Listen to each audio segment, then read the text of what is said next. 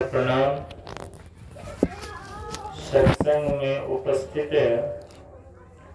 गुरुजन, विद्वत जन, तमाम सत्संग प्रेमी माता एवं बहनों, सत्संग में उपस्थित तमाम सत्संग प्रेमी सभी के चरण कमलों में कोटि सा प्रणाम। अभी हम लोग पाठ श्रवण किए, बड़े भाग मानुष तन पावा, सुर दुर्लभ सब ग्रंथ ही गावा। इस शरीर का क्या विशेषता है, इस पर हम लोग पाठ को श्रवण किए। संत महापुरुष कहते हैं, नर समान न रुकवहु देहि।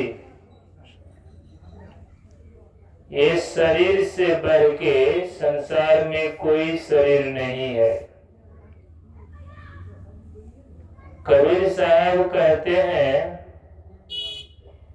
मुखरा क्या देखे दर्पण में, तेरी दया धर्म नहीं तन में।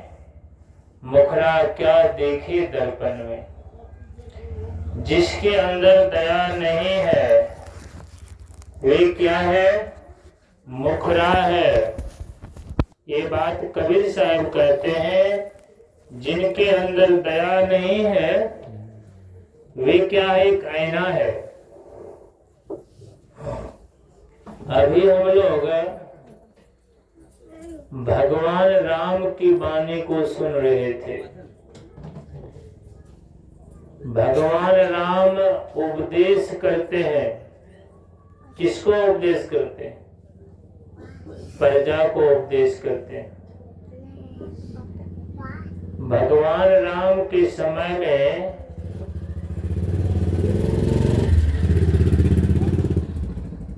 साधु महापुरुष कहते हैं, अयोध्या में 3 चीज नहीं होते थे। दैहिक दैविक भौतिक तापा, राम राज काहू नहीं व्यापा।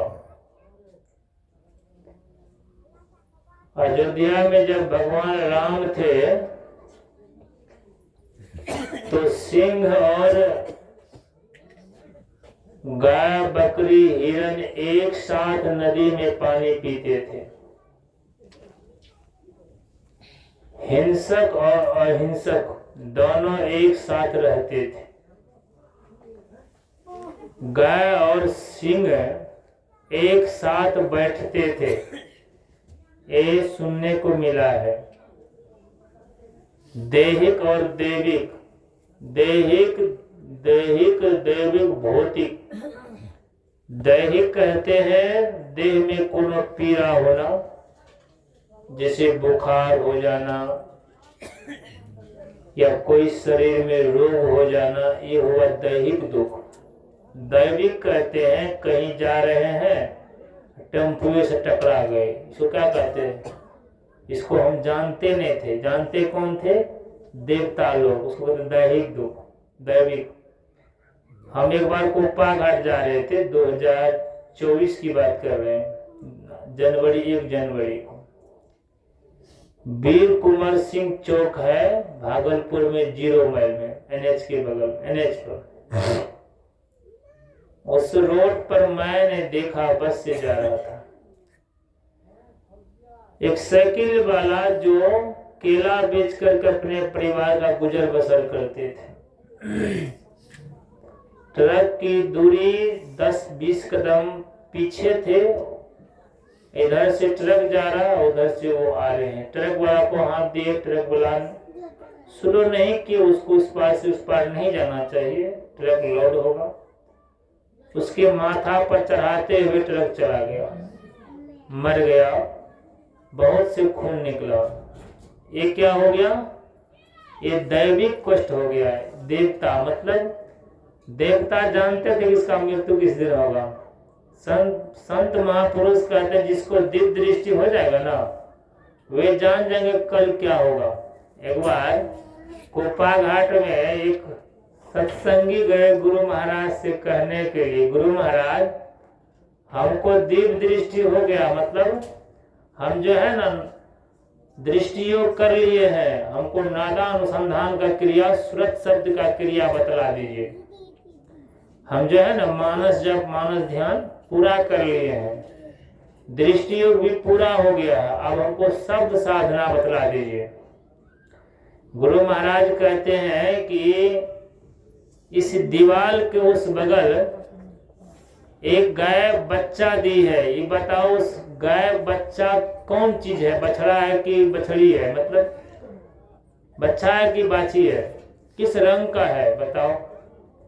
वे कहते हैं गुरु महाराज देखना पड़ेगा, जाके देखना पड़ेगा क्या है, करके देख कर ही आओ।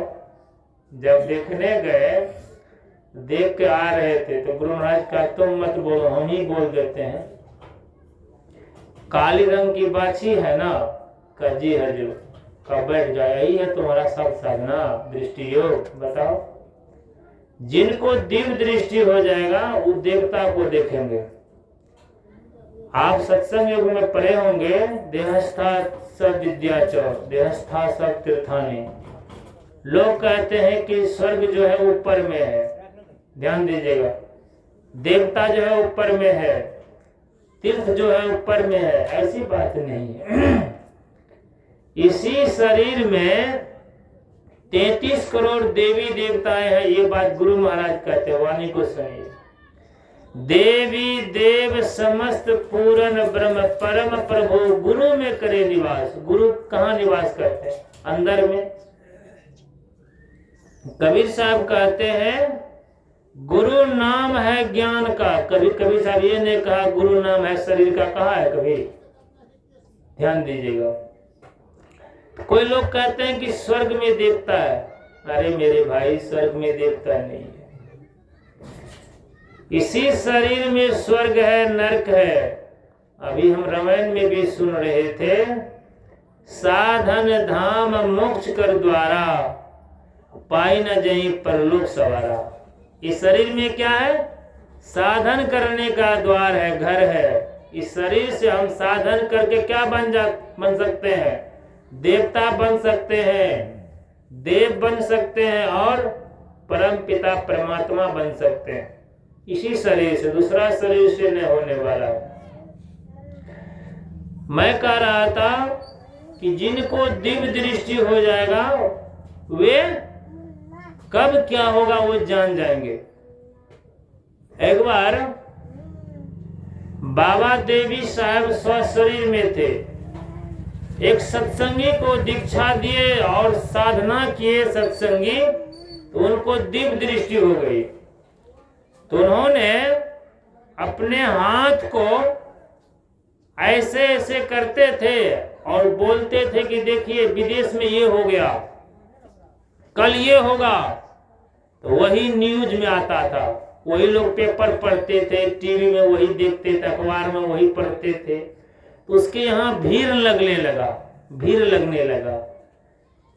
तो ये बात का पता बाबा देवी साहब को हुआ।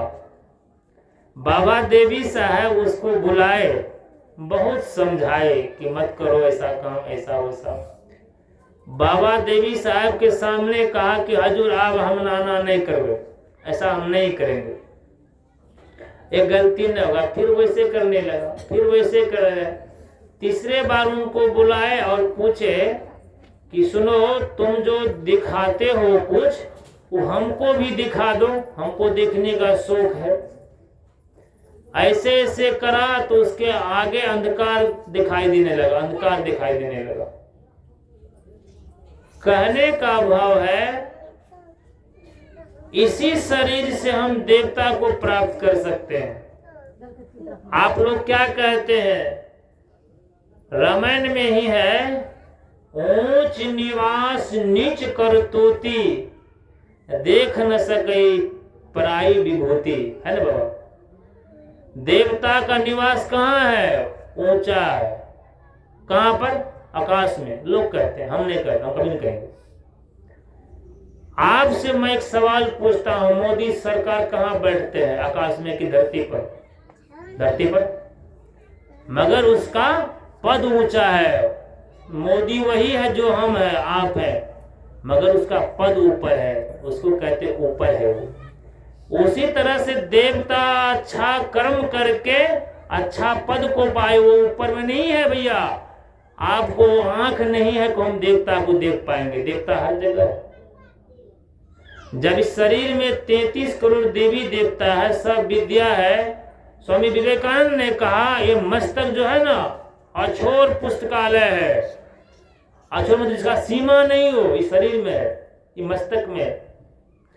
भले छोटा सा शरीर हमको दिखते हम लोग, कबीर साहब कहते, गुरु नानक साहब कहते हैं बूंद समावे समुद्र में ये बूझे सब कोई, समुद्र समावे बूंद में ये बूझे बिरला कोई, है कि नहीं? इसीलिए एक बूंद समुद्र में गिर जाता है तो लोगों को कुछ दिक्कत नहीं है, मगर सब समुद्र बूंद में समा जाए ये सब नहीं बूझ पाएंगे। बूझेंगे? कोई नहीं बूझ पाएंगे। कौन बूझेंगे? वो बिरला ही बूझ सकते हैं।